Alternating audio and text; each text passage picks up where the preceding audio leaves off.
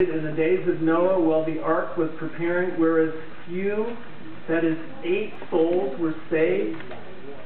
There were probably, I don't know, Pastor, maybe 1 million people on the earth at that time. Think about that. 8.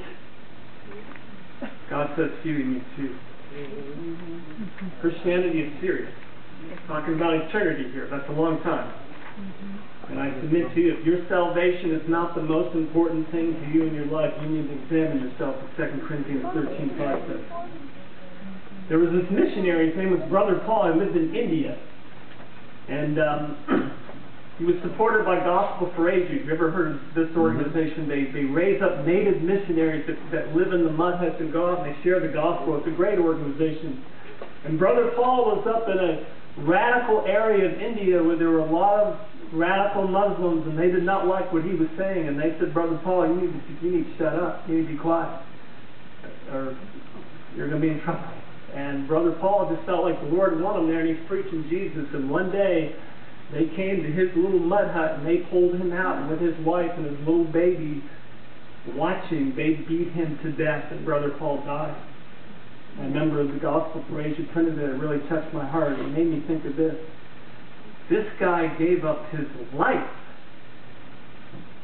I can't even read this book. Something's wrong here.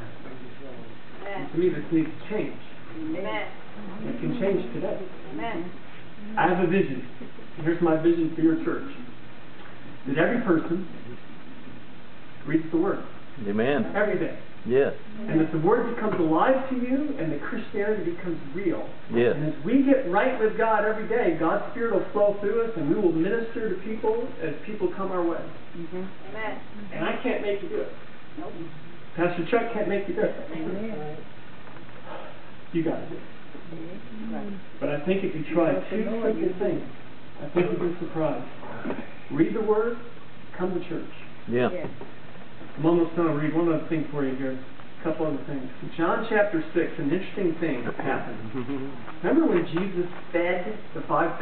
In verse 11 it says, and Jesus took the loaves, and when he had given thanks, he distributed the disciples, and the disciples to them that were sat down, and likewise to the fishes, and they ate the fish and the loaves, right? And he fed so 5,000 people.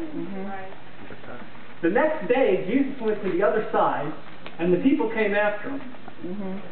And in verse 25 it says, when they found him on the other side of the sea, they said to him, Rabbi, how'd you get here? And he says, verily I say unto you, you seek me not because you saw the miracle, but because you did eat of the loaves and were filled.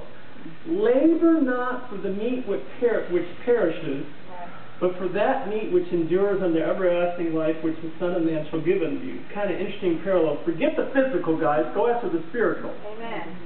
And then they said this to him, verse 28. Then they said, what shall we do that we might work the works of God?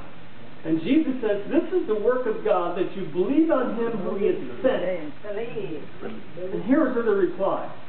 Then they said to him, what sign do you show us that we may see and believe?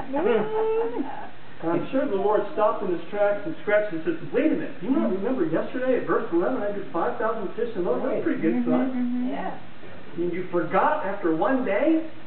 Yes. And I hope that today we won't forget this book, to read this book and let it change our lives. Now you may come to church, you may admire your pastors, you may admire your pastor's sermons. You may have good friends here. You may enjoy the fellowship. You may even sing a song or two, give $1 or $2. But I want to ask you, is Jesus the business of your heart? Does the Spirit of God live in you, as Romans 8:9 says? He does not have the Spirit of Christ. It's none of his. That's right. Come on now. If you submitted to him, or you just added Jesus to your life. Yes. It can all change today. It can all change today. Yeah. The only person that can change is yourself. You cannot walk through the narrow gate for your wife. You cannot walk through the narrow gate for your kids. Right. How to walk through the narrow gate for yourself. All right. 2 things left. There was a poem a guy wrote. I love your poem, by the way. I think you like this one. This guy wrote a poem, and he wrote it and said Jesus wrote the poem. Very short. The poem was called Blame Me Not. Here's what Jesus said. Why call me Lord, Lord, but do not the things that I say? You call me the way, but walk me not. You call me the truth, but believe me not. You call me the life, but live me not. If I condemn thee, blame me not. You call me the bread, but eat me not. You call me the master, but obey me not. You call me the Lord, but serve me not. If I condemn thee, blame me not. I close with this little story. When I was younger, my brother and I played Little League. My parents would come to our games. We loved Little League. And we were decent little players. Then after Little League, you went and played Babe Ruth for a couple of years. Now, in Little League, the bases were only 60 feet, but in Babe Ruth, you're playing on the big boys field, 90 feet. Okay? So, my second year in Babe Ruth, my coach, and I was an okay hitter, not great, I was okay, gave me this special bat. It was the ugliest bat you ever saw. And it was like a 34-ounce, normally we're hitting a 31 or 32 ounce, a 34-ounce bat with this big handle, ugly. It says, Rich, use this bat. You will hit the ball so much better. It's a great bat. And none of the other kids wanted to use it, so I started using the bat and I started hitting the ball.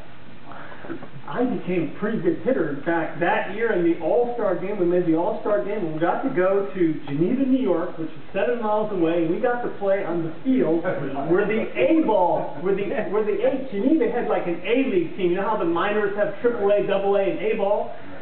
That was like playing in the major leagues on that field. I mean, this was like the big time. And in that particular game, with that bat, I got up the first 3 times, and I hit 3 hard singles to left, and then people watching that game said, that kid is good. And I'm telling you right now, it wasn't me, it was that bat, because I was not that good. It was that bat. Now, why did I tell you that story? I want to ask you a question. Do you want to be a man of God? Yes. Do you want to be a woman of God? Amen. Do you want to be a person that has the wisdom of God? Yeah. You want to have a person that can share truth with others, can be someone that is mature in the Lord and has the fruit of the Spirit, love, joy, peace, kindness, all those good things. You want to see all you can be for God. Do you really want that? Yes.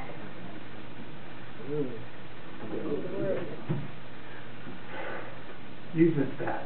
Yes.